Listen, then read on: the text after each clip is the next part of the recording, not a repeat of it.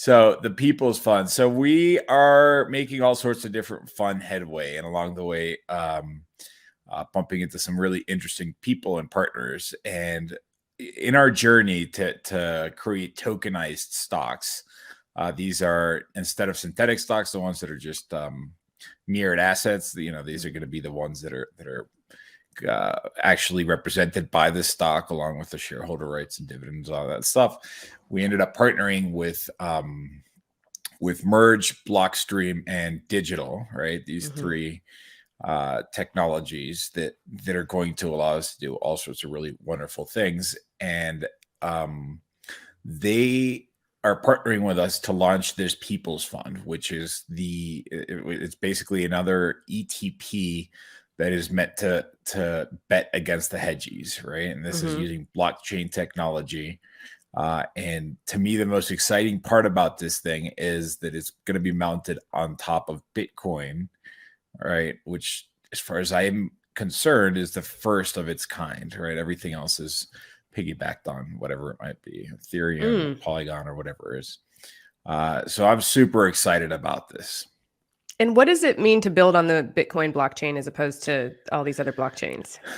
It's the Bitcoin blockchain. Nobody else has done it before. I noticed that. I noticed that. It's the first I've heard of it. I don't know if I'm qualified to tell you what the benefits of it are. Maybe Chun is going to be able to speak to that. I know that I could speak to one of the drawbacks currently on Ethereum, which is gas prices that we've been seeing recently. But I'll let Chun handle why that is revolutionary. Gas is crazy.